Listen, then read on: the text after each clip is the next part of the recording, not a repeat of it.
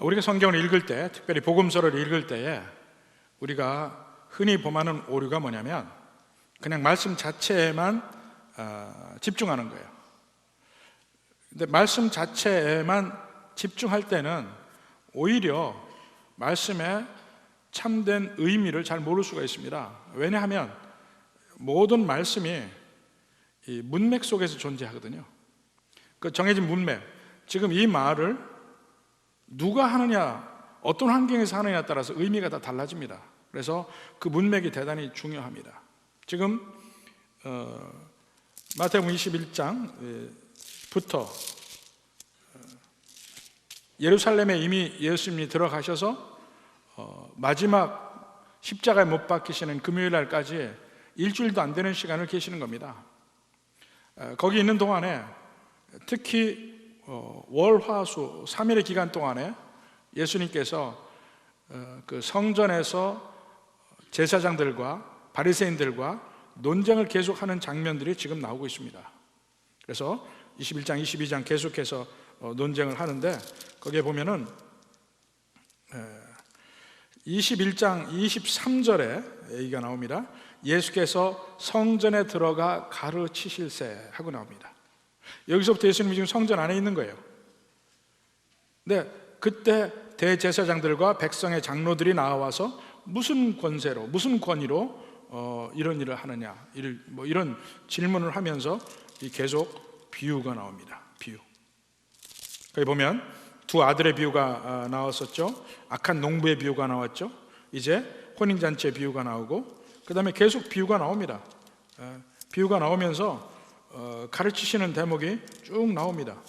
쭉 나오다가 23장 끝까지가 바로 이 성전에서 가르치시면서 그 대제사장들과 바리새인들, 또 백성의 장로들, 서기관들, 이 사람들의 그 잘못된 점, 이걸 지적을 하고 그들의 운명도 이야기합니다. 그러면서 가르치시는데 24장 1절에 보면 예수께서 성전에서 나와서 가실 때에 이렇게 나와 있거든요. 성전에서 나와서, 비로소 성전에서 나오십니다. 나와서 어디로 가시냐면 이제 동편 감람산을 넘어서 베다니로 가시거든요. 근데 감람산에 갔을 때 24장 3절에 봐요. 예수께서 감람산 위에 앉으셨을 때에 라고 나와요. 저를 보면 아무것도 안 써있죠? 성경을 봐야 되죠? 24장 3절에요. 감람산 위에 앉으셨을 때라고 나와요. 여기서부터 쭉 25장 26장 1절까지 보면 예수께서 이 말씀을 다 마치시고 여기까지가 보통 우리가 이야기하는 감람산 강화, 감람산의 가르침이라고 얘기하는 겁니다. 이게 잡히기 며칠 전 얘기예요. 이 말씀을 쭉 하십니다. 그러니까 마지막 날에 대한 예언적 이야기가 상당히 많이 나옵니다. 그리고 나서 26장 6절에 가면 베다니에 가셔서 시몬의 집에 들어가서 묵고 계십니다. 그리고 이제 유월절을 세러 예루살렘으로 나와서 마가의 다락방에 가시고 나와서 붙잡히시고 또 십자가에 못 박히시고 이 장면입니다. 근데 지금 이 가르침이 계속 나오니까 지금 어디에 있는지는 몰라요. 그리고 가르침에만 집중하는데 이 전체적인 문맥이 대단히 중요합니다. 지금 어느 순간에 예수님이 이 말씀을 하시느냐, 이거에 따라서 우리가 그 본문을 바라보는 관점들이 다 달라질 수가 있거든요. 그러니까 이 면을 다시 한번 봅니다. 지금 여기서 혼인잔치 얘기하시는 것은 이미 예수님의 죽음 이후까지 보시면서 예언적으로 하시는 말씀이에요. 며칠 안 남았잖아요. 십자가가 뭐 한 3일 정도밖에 남지 않은 이때에 지금 예수님이 이 말씀을 하시는 겁니다. 그리고 무엇보다도 1절에 보니까 예수께서 다시 비유로 대답하여 이르시되, 대답이라고 그랬죠? 바로 대제사장들과 백성의 장로들이 뭐라고 했습니까? 무슨 권위로 이런 일을 하느냐 하고 물은 거에 대해서 계속 이야기를 합니다. 그리고 예수님이 비유를 이야기하실 때 왜 비유를 이야기하실까요? 비유가 뭡니까? 비유라는 것은 물론 보통 문학적 작품에서 이런 비유들이 나오지만 그 성경의 비유는 좀 독특한 면이 있습니다. 성경의 비유는 예수님이 주로 쓰시는 것인데 이 비유에서 말하고자 하는 중심 주제가 있어요. 분명히 그 중심 주제가 무엇인지를 보는 것, 이것이 제일 중요합니다. 거기서 곁가지는 중요하지 않을 수가 있어요.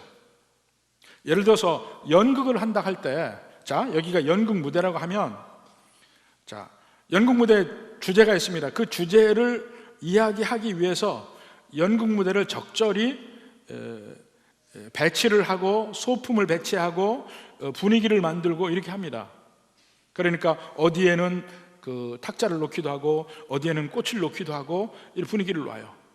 그러면 이 모든 것은 그 연극이 이야기하고자 하는 주제를 서포트하기 위해서 이런 것들이 다 있는 거예요. 그런데 그러니까 중심 주제를 아는 것이 제일 중요하고 그게 거의 전부일 가능성이 있습니다. 근데 그러면 왜 여기 탁자가 있느냐? 왜 여기 책상이 있고 여기 왜 꽃이 있느냐? 구체적인 걸 얘기하면 답이 안 나올 가능성이 많습니다. 전체 중에서 이해하는 것뿐이지 하나하나를 구체적으로 이야기하면 오히려 의미를 희석시키는 수가 있는 것입니다.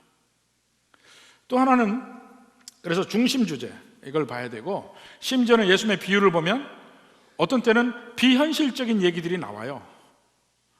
이제 나중에 보겠지만은 열처녀 비유에서도 보면 혼인잔치에 들어가는데 슬기로운 5처녀는 기름을 준비해서 들어가고 기름을 준비하지 않은 5처녀는 못 들어간다.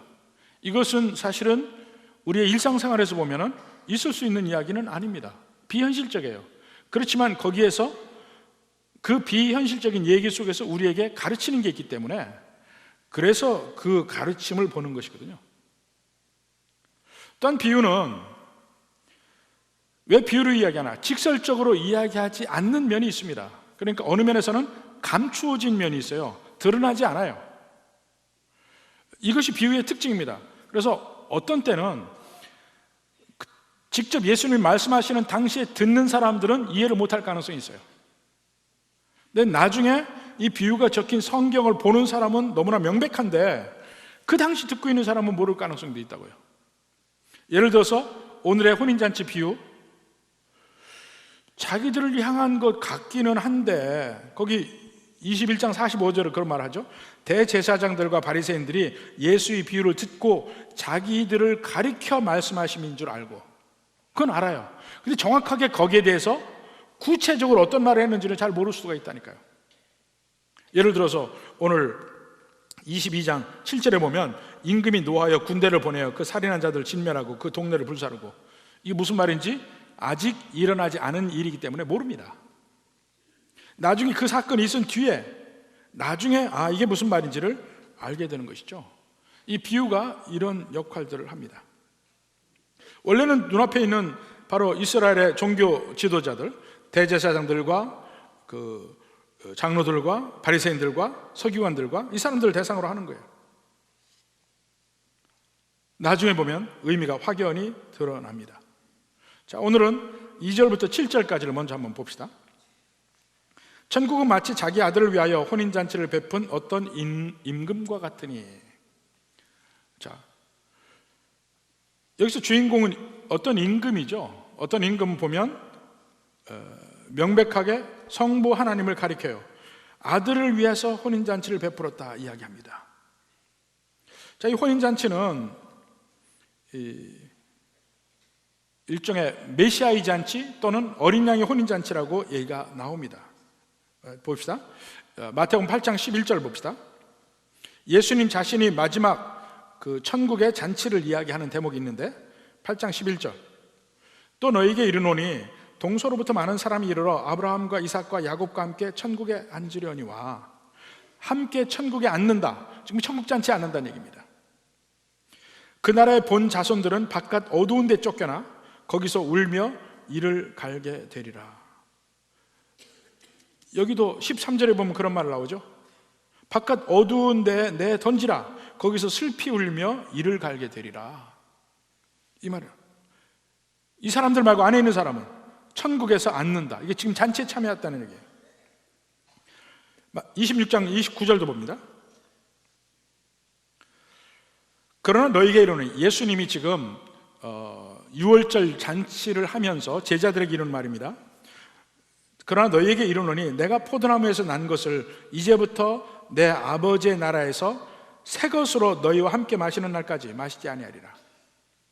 자, 새 것으로, 새 포도주로 너희와 함께 마시는 날, 이게 어떤 날이냐면 잔칫날이에요. 유대인들에게 포도주는 잔치의 상징입니다. 자, 성경에 보면 술에 대해서는 두 가지 의미가 나와요. 하나는 기쁨의 상징, 잔치의 상징으로 포도주가 나오고, 다른 면에는 술 취하지 말라는 면으로 술에 대해서 이야기가 나오는데, 보통 여기서 잔치 때 쓰는 포도주는 원 포도주에서 5대1 또는 20대1 정도 희석시켜서 하나의, 오늘날로 이야기하면 주스처럼 마시는 바로 그런 포도주입니다. 그러니까 새 것으로 너희와 함께 마시는 날, 잔칫날이에요. 이게 바로 여기서 말하는 메시아의 잔치를 이야기하고 있죠. 마지막 요한계시록 가보면 마지막 날 진짜 그 잔치를 이야기합니다. 요한계시록 19장 9절 봅시다. 천사가 내게 말하기를 기록하라. 어린 양의 혼인잔치에 청함을 받은 자들은 복이 있도다. 어린 양의 혼인잔치, 이 어린 양은 예수님이죠. 여기서 아들을 위하여 혼인잔치를 베풀었다 그랬죠. 바로 그 예수님에 대한 이야기. 임금은 성부 하나님. 이 혼인잔치를 베풉니다. 베풀면서 3절에 보니까 그 종들을 보내요. 이 종들은 누구겠습니까? 구약 성경에 보면 모든 선지자들, 하나님의 말씀을 증거하면서 이스라엘 백성들에게 하나님께로 돌아오라고 끊임없이 외치는 선지자들, 그리고 그것뿐이 아닙니다.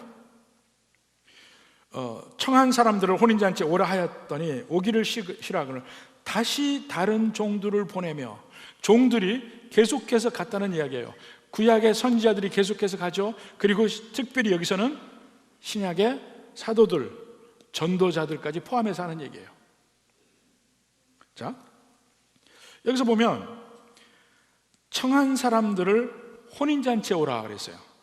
이게 무슨 말입니까? 그 당시 풍습에 보면 먼저 청합니다. 혼인잔치에 오시겠습니까? 그러면 오겠다는 연락을 받은 사람들 몇 명인가 봐서 그 명수대로 잔치 준비를 해요. 그리고 잔치 준비가 다 되면, 준비가 다 되었으니 이제 오시오 하고 전가를 해서 오게 합니다. 바로 이 배경 속에서 하는 얘기예요.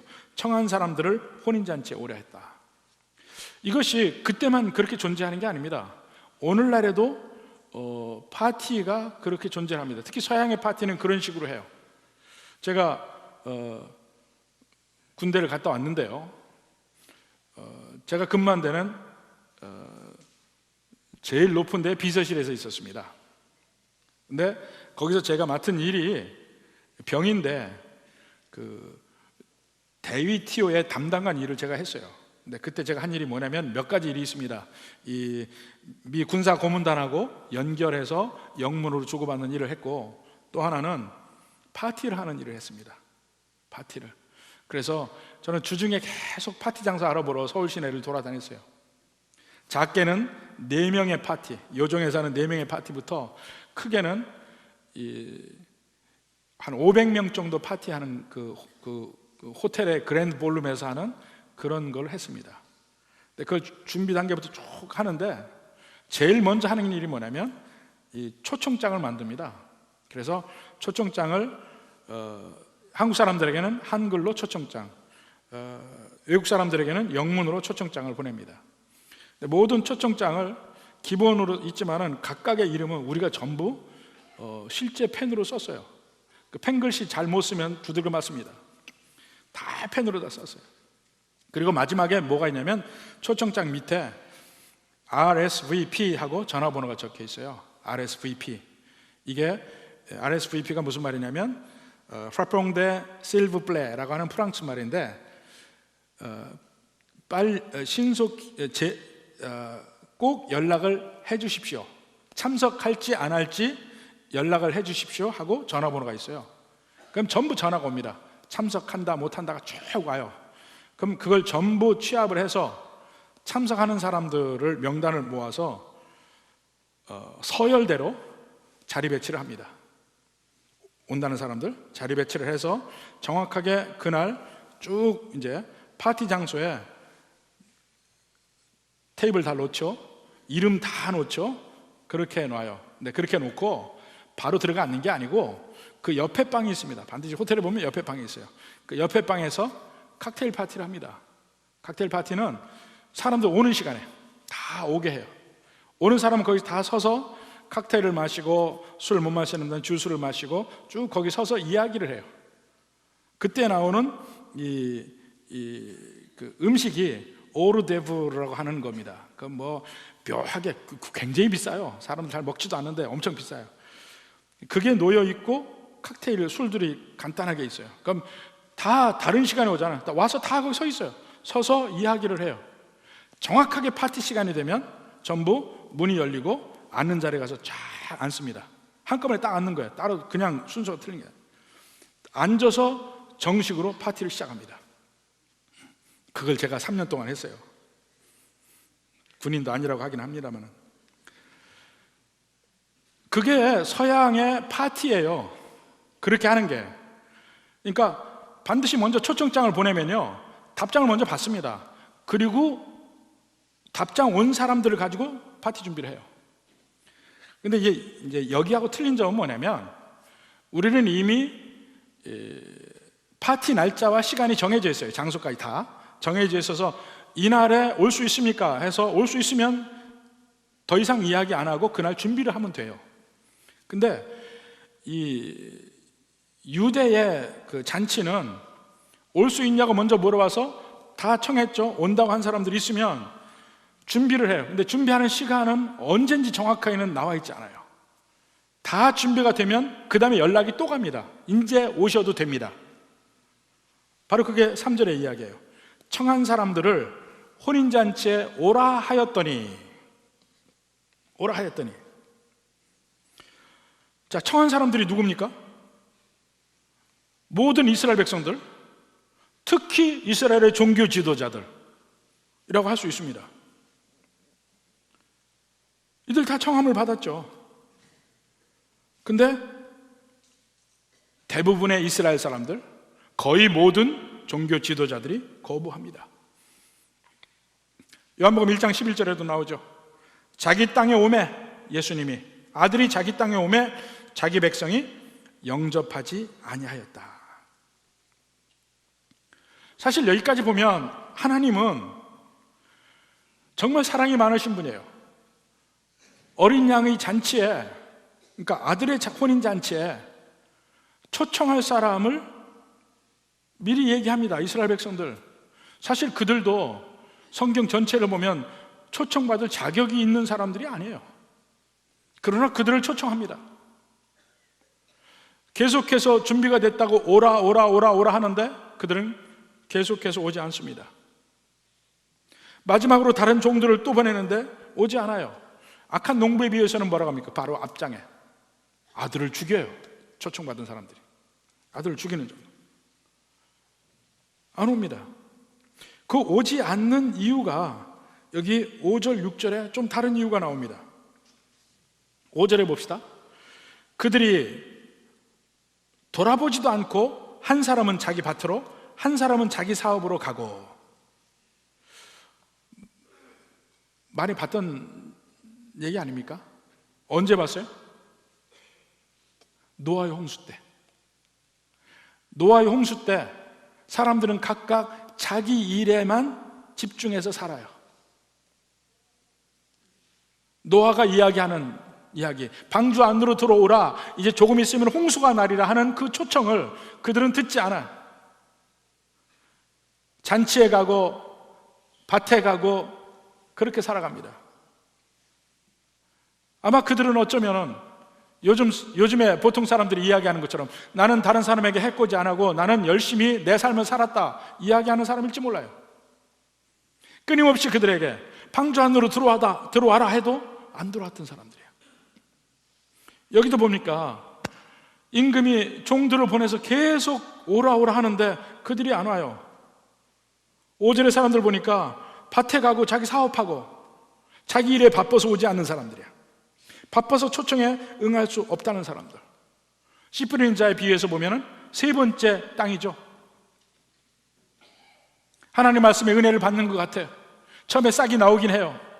그런데 그들에게 덮인 가시덤불 때문에 싹이 자라지 못하고 시들어버려요. 열매를 맺지 못해요. 그 가시덤불이 뭡니까? 세상의 염려. 머릿속에 그 세상에 관한 생각에만 집중되어 있어요. 돈 버는 일, 돈 하면 사는 거. 이 세상에 돈이 최고야 하고 사는 거. 또 한국 사람에게 특별히 많이 있는 것, 자식. 많은 사람들이 가족을 위해 사는 삶은 아주 존경받을 만한 삶이라 보통 이렇게 생각을 해요. 그러니까 자신 있게 얘기합니다. 나는 가족을 위해서 산다. 근데 하나님의 관점에서 보면요, 돈을 위해 사는 삶이나 가족을 위한다고 하는 삶이나 같아요. 하나님을 떠나서 오직 가족에만 신경 쓰는 사람. 특히 요즘에 자녀들이 거의 우상이 되다시피 했어요. 요즘에 주일학교 힘들다 소리를 많이 합니다. 아이들이 재채기만 해도 안 온대. 아이들이 조금 이상하다 안 오고. 교회를 누가 정하느냐? 애들이 정해. 애들이 좋다는 교회로 가. 물론 애들이 좋다는 교회가 되게 좋겠지만 모든 행동 기준의 결정권자가 왜 그 가장이 안 되고 애들이 되냐고요. 그럼 벌써 뭔가 뒤집힌 얘기죠. 온통 마음이 빼앗겨서 자기 애만 보느라고 예배도 못 드려. 혹시 보는 사람 중에 지금 유아실에서 그런 사람 있는 거 아니야? 예배 온다고 와가지고 자기 애 얼르기만 바빠서 설교를 못 들어요. 그런 사람 없어요? 유아실에서? 많아요. 세상 일에 침잠해서 거기에 정신이 온통 뺏겨서 복음이 안 들리고 하나님의 말씀이 들리지 않고, 더군다나 요즘은 일이 점점 더 많아져요. 너무 바빠져. 점점 생활이 편해질지는 모릅니다. 근데 사람들의 시간은 점점 안 나기 시작해. 점점 안 나요. 직장에 출근하는 시간도 점점 더 오래 걸리죠. 옛날에는 집 앞에 나가면 그 앞에가 자기 논이고 밭이었어요. 저 외갓집에도 가면 마을이 있으면 마을 앞에 논들, 그 중에 많은 땅들이 우리 외갓집 땅이었어요. 그럼 금방 거기 나가서 일하면 돼. 금방 들어오면 돼. 왔다 갔다 해. 지금은요, 출근하려면 20분, 30분, 점점 도시가 커지면서 1시간 이상씩 걸려요. 왔다 갔다 하는 시간 때문에 너무 피곤하고 시간이 없어요. 바삐 편리해졌는데 삶의 이 의미는 점점 못 찾아요. 너무 바쁘니까 어떻게 시간이 흐르는지 몰라요. 그러니까 소위 요즘에는 느림의 미학이라는 말까지도 나와요. 슬로우 시티라는 말도 나오고, 어느 것이 진정한 행복인가 다시 돌아보는 일도 생기는데, 바쁜 이유가 뭡니까? 내가 잘 살려고 바쁘는 거 아니에요. 생명을 위해서 살기 위해서 바쁜데 결국 그 삶이 내 생명을 잃어버리는 삶, 그런 삶을 살기 시작하는 거예요. 얼마나 어리석어요. 그 어리석은 사람이 여기 5절에 있는 거예요. 나는 밭으로 사업으로 정작 하나님의 초청, 하나님이 우리에게 주시는 가장 즐거운 일, 기쁜 일에는 참여하지 못하는 거예요. 그 다음에 6절은 또 다른 사람입니다. 아예 그 남은 자들은 종들을 잡아 모욕하고 죽인다고 되어 있어요. 폭력을 써서 거부하고 오히려 적대적인 사람들. 이 사람들은 이때도 종교 지도자들이지만 교회의 역사를 쭉 보더라도 교회 역사에서 보면 정말 참되게 예수 믿는 사람들에게 가장 잔인했던 사람들은 종교 지도자들이었다 이겁니다. 가장 대표적인 예가 그 중세 후기 들어와서 또 종교개혁 때, 이때 보면 이 천주교에서 신교도들을 잔인하게 죽였습니다. 종교개혁 전에 선구자들이 있죠. 위클리프 같은 사람들, 얀 후스 같은 사람들. 이 사람들은 라틴어로 된 성경 말고 자국어로 된 성경을 원했어요. 그래서 성경 번역을 했다가 그것 때문에 화형당하고 죽고 다 그럽니다. 제대로 믿고 싶어서, 제대로 백성들이 우매하지 않고 하나님 말씀을 직접 접하게 하고 싶어서 그러다가 죽어요. 이 스페인에서의 유명한 그 인퀴지션이라고 합니다. 종교재판. 이것을 통해서 얼마나 많은 압제가 있었는지 몰라요. 신교도들이 엄청나게 죽었습니다. 유대교에서 개종한 사람들, 또 이 모하메트 교에서, 이슬람에서 개종한 사람들, 이런 사람들도 스페인에서 견딜 수가 없었어요. 전부 도망가고 쫓겨나고 죽고 그랬습니다. 덕분에 그 사람들이 네덜란드에 가서 네덜란드가 부흥하게 된 계기는 되지만 엄청나게 많은 사람이 죽었습니다. 프랑스에서도 그 많은 사람들이 죽었습니다. 그 소위 그 신교도들을 프랑스에서는 위그노라고 그랬어요. 그 위그노를 엄청나게 압박을 했습니다. 그래서 결국은 그들이 거기서 살지 못하고 다 다른 나라로 갔어요. 독일로 가고 스위스로 가고 영국으로 가고. 그런 일들이 벌어졌습니다. 하나님이 보낸 종들을 오히려 때리고 압제하고 죽인 것, 이런 일들이 벌어졌습니다. 그러니까 드디어 7절에 보니까 임금이 노하여 군대를 보내요. 그 살인한 자들을 진멸하고 동네를 불살았다 그랬습니다. 드디어 하나님이 이제는 의로운 의를 집행하는 심판주가 됩니다. 그때까지 참으셨어요. 그 인내가 끝이 난 겁니다. 그들은 하나님을 거부했고 하나님의 아들을 거부했고 그 초청하는 잔치 초청을 거부했습니다. 이제 그들에게 남은 것은 하나님의 진노와 하나님의 저주만이 남은 겁니다. 근데 그 당시에 그 말을 직접 예수님에게서 말씀을 듣고 있는 그들은 그 말이 무슨 말인지 모르죠. 왜냐하면 아직 오지 않은 때니까.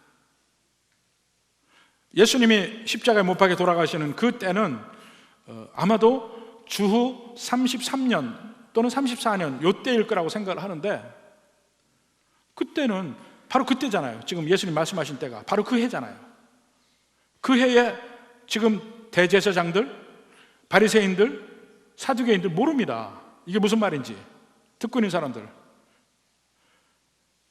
주후 70년에 예루살렘이 멸망할 때 비로소 알기 시작한 겁니다. 예수님이 십자가 못 박혀 돌아가신 이후로 유대는 계속 독립을 향해서 들끓습니다. 그래서 수없이 많은 사람들이 반란을 일으켜요. 가장 대표적인 반란이 바코크바라는 사람이 일으킨 전쟁이에요. 근데 거듭되는 반란에 아주 로마에서 마음을 단단히 먹습니다. 아주 여기를 쓸어버리리라. 그렇게 해서 이 베스파시안 그 장군을 보냅니다. 그 장군을 보내서 그 팔레스타인을 공격할 때가 이제 네로의 시대가 끝이 나고 막 로마에서는 이 1년에 황제가 4번이나 바뀔 때예요. 자, 이제 거의 이길 때쯤 됐습니다. 근데 마지막 예루살렘을 점령하기 전에 베스파시안 장군은 로마로 불려갑니다. 황제가 되러. 함께 전쟁에 참여했던 티투스 황제죠. 디도가 계속 그 전쟁을 수행해서 마침내 AD 70년에 예루살렘을 함락을 합니다. 그때 성전을 다 회파합니다. 성전에 금들이 있잖아요. 불을 내니까 금들이 다 이 성전 이 돌들 사이로 금들이 들어가니까 그 금들 때문에 돌들을 다 파헤친 거예요. 그래서 돌 하나도 도리에 남지 않는다는 그런 의미가 드디어 이루어집니다. 그 이후로 유대인들은 예루살렘에 살 수가 없었습니다. 2000년 동안. 그래서 그 동네가 완전히 아랍 사람들의 땅으로 변하기 시작하는 계기가 있습니다. 이게 바로 7절의 내용이에요. 비록 디도 장군이 예루살렘을 멸망시켰지만 사실은 그 뒤에 그 일을 이루신 분은 하나님이시라고요. 하나님이 그렇게 이루시는 일을 예수님이 미리 이 7절에 얘기하고 있는 것입니다. 그 도시를 불사르리라. 예수님이 오신 것을 거부한 그 땅이 멸망당하고 불사름당하는 일이 이미 예견이 되어 있습니다. 겉으로 보기에는 디도 장군이 했지만 그 전에 구약에서도 보십시오. 하나님께서 이스라엘의 죄악을 멸절시키기 위해서 바벨론의 느부갓네살 왕을 쓰십니다. 느부갓네살 왕을 통해서 남쪽 유다 땅이 3번이나 공격을 당해요. 그리고 완전히 멸망합니다. 나중에 페르시아의 고레스 왕 키루스라고 하는 분입니다. 바로 그 왕을 통해서 이스라엘이 다시 회복되는 일, 전부 이 세상의 권력을 쓰셔서 하나님의 역사를 이루어 가십니다. 그 중에 한 사람이 디도 장군이에요. 예루살렘을 완전히 멸망시킵니다. 근데 그날이 올 걸 그들은 모르죠. 예수님은 이게 예언하고 있습니다. 그리고 이러한 면이 그때 이 예수님의 비유에 있는 일은 이미 다 이루어졌으니까 끝났다, 그게 아니죠. 그와 같은 면이 지금도 일어납니다. 지금도 우리가 접하고 있는 사회가 바로 이런 사회가 아니냐 이거예요. 예수님 안 믿는 사람은 점점 더 기독교에 대해서 적대적으로 되고, 심지어는 교회 안에 있는 사람들조차도 제대로 예수님 믿는 면이 무엇인지 잘 알지 못하고 살아요. 하나님 하면은 그저 우리에게 사랑만 주는 분이라고 느낍니다. 교회 밖에 있는 사람들은 그렇게 느낀다 하더라도 교회 안에 있는 사람조차도 하나님을 산타로 알아. 산타. 그저 내가 교회에 예배에 참석만 하면 하나님께 요구할 수 있는 권리가 생기는 줄 알아요. 기도하면 당연히 하나님 들으셔야 되는 줄 알아요. 근데 하나님은 사랑의 하나님, 참으시는 하나님이기도 하지만 이 세상을, 결국은 이 세상의 죄악을 마침내 쓸어버리시는 심판의 하나님이라는 거예요. 그것을 어느 한시라도 잊으면 안 돼요. 우리에게 만약에 마지막 심판이 없다면 우리 예수님 믿는 것도 헛것이요, 믿음도 헛것이요, 다 헛것이에요. 뭘 믿습니까? 마지막 심판을 전제로 해서 구원이 있는 거예요. 마지막 심판이 있으니까 그날을 바라보면서, 그날의 구원을 바라보면서 우리가 악을 당해도 참는 거예요. 이 세상 사람들이, 심지어는 같이 믿는 사람 중에서도 내게 악을 행할 때도 내가 참는 이유가 하나님의 심판을 믿기 때문에 그래요. 나를 구하시고 그 모든 면을 하나님이 보고 계신다는 사실을 내가 믿기 때문에 참고 가는 거예요. 여러분에게 하나님의 심판은 뭡니까?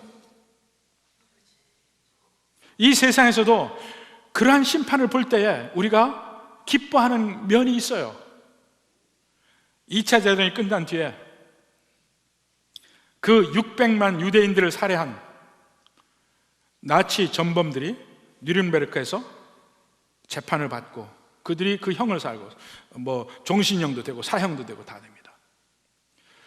그런데 그 재판을 피해서 없어진 사람들이 있어요. 나치 전범 중에서 대표적인 예가 아이히만 같은 사람들.